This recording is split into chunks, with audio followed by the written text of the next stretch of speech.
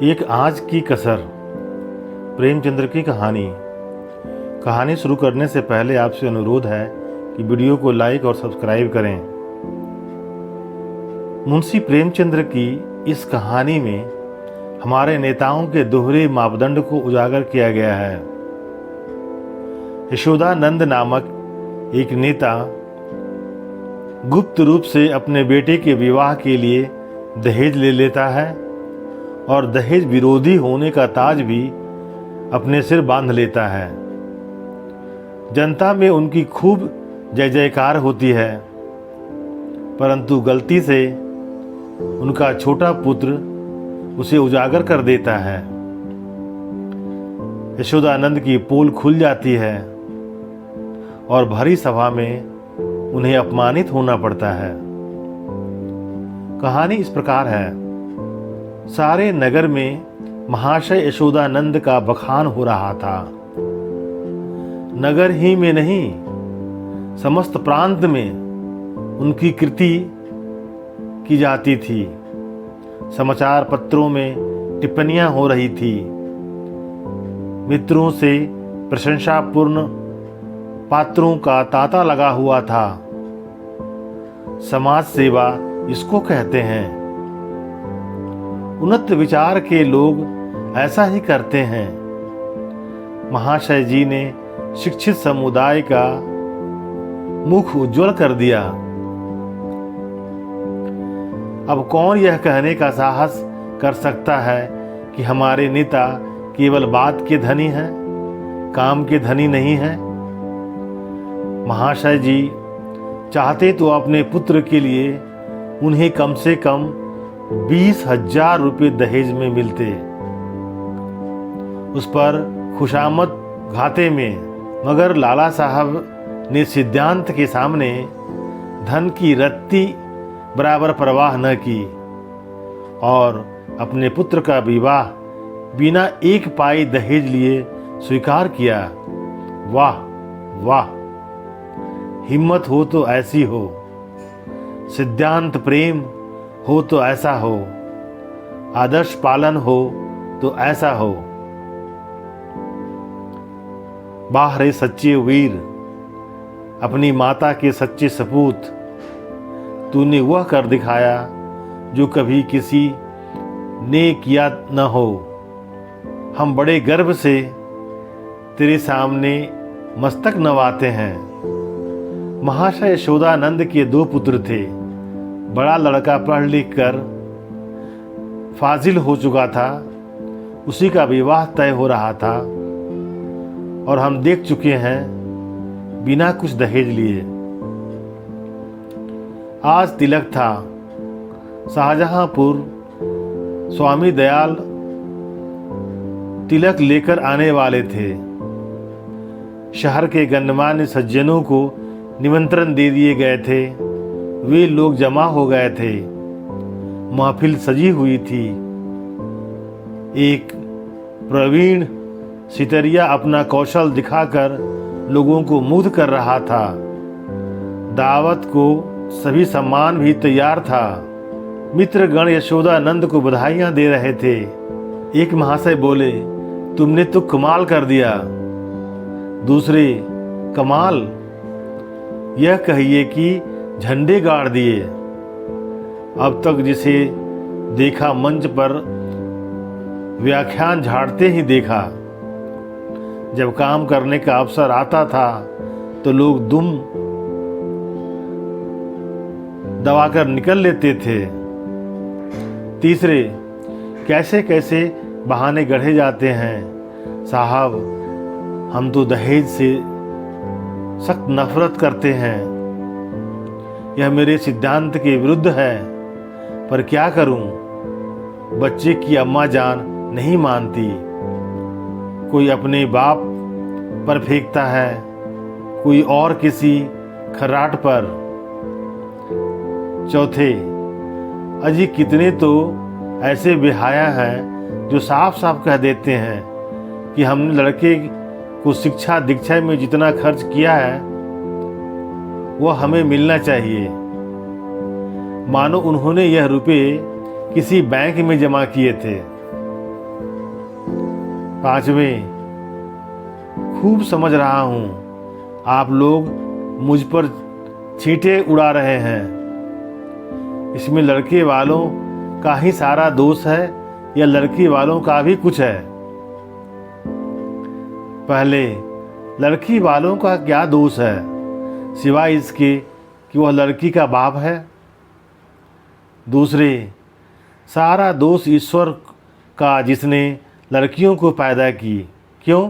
पांचवें, मैं यह नहीं कहता न सारा दोष लड़की वालों का है न सारा दोष लड़के वालों का, दोनों की दोषी है। अगर लड़की वाला कुछ न दे तो उसे यह शिकायत करने का कोई अधिकार नहीं है कि डाल क्यों नहीं लाए, सुंदर जोड़े क्यों नहीं लाए, बाजे गाजे पर धूमधाम के साथ क्यों नहीं आए, बताइए। चौथा, हाँ, आपका यह प्रश्न गौर करने लायक है। मेरी समझ में तो ऐसी दशा में लड़के के पिता से यह शिकायत न होनी चाहिए। पांचवें, तो यूँ कहिए कि दहेज की प्रथा के साथ ही डाल, गहने, जोड़े की प्रथा भी त्याज्य है। केवल दहेज को मिटाने का प्रयत्न करना व्यर्थ है। यशोदानंद, यह भी लेम एक्सक्यूज है। मैंने दहेज नहीं लिया है, लेकिन क्या डाल गहने न ले जाऊंगा? पहले, महाशय, आपकी बात निराली है। आप अपनी गिनती हम दुनिया वालों के साथ क्यों करते हैं? आपका स्थान तो देवताओं के साथ है। दूसरा, 20,000 की रकम छोड़ दी, क्या बात है? यशोदानंद, मेरा तो यह निश्चय है कि हमें सदैव प्रिंसिपल्स पर स्थिर रहना चाहिए। प्रिंसिपल के सामने मनी का कोई वैल्यू नहीं है। दहेज की कुप्रथा पर मैंने खुद कोई व्याख्यान नहीं दिया, शायद कोई नोट तक नहीं लिखा। हाँ, कॉन्फ्रेंस में इस प्रस्ताव को सेकेंड कर चुका हूँ। मैं इसे तोड़ना भी चाहूँ तो आत्मा न तोड़ने देगी। मैं सत्य कहता हूँ, यह रुपये लूँ तो मुझे इतनी मानसिक वेदना होगी कि शायद मैं इस आघात से बच ही न सकूं। पांचवें, अब की कॉन्फ्रेंस आपको सभापति न बनाए तो उसका घोर अन्याय है।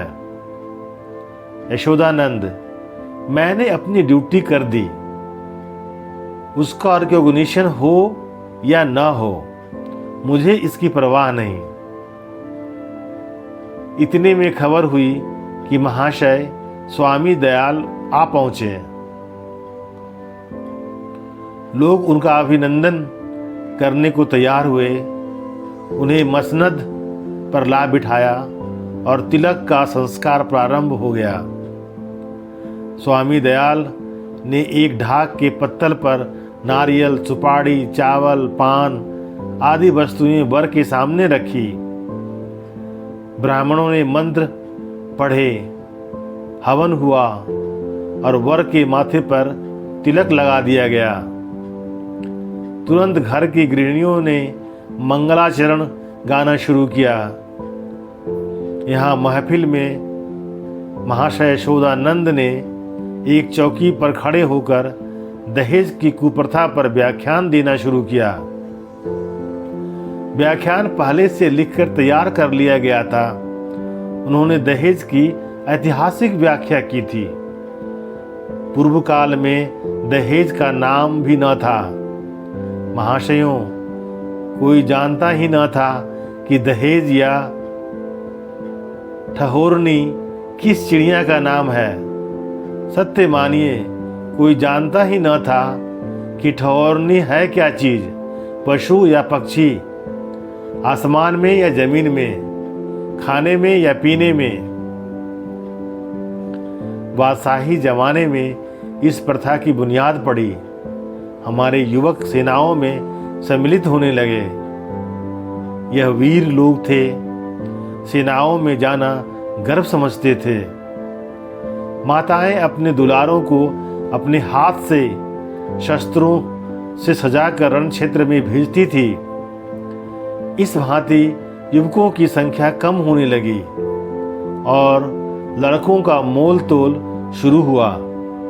आज यह नौबत आ गई है कि मेरी इस तुच्छ महातुच्छ सेवा पर पत्रों में टिप्पणियां हो रही है, मानो मैंने कोई असाधारण काम किया है।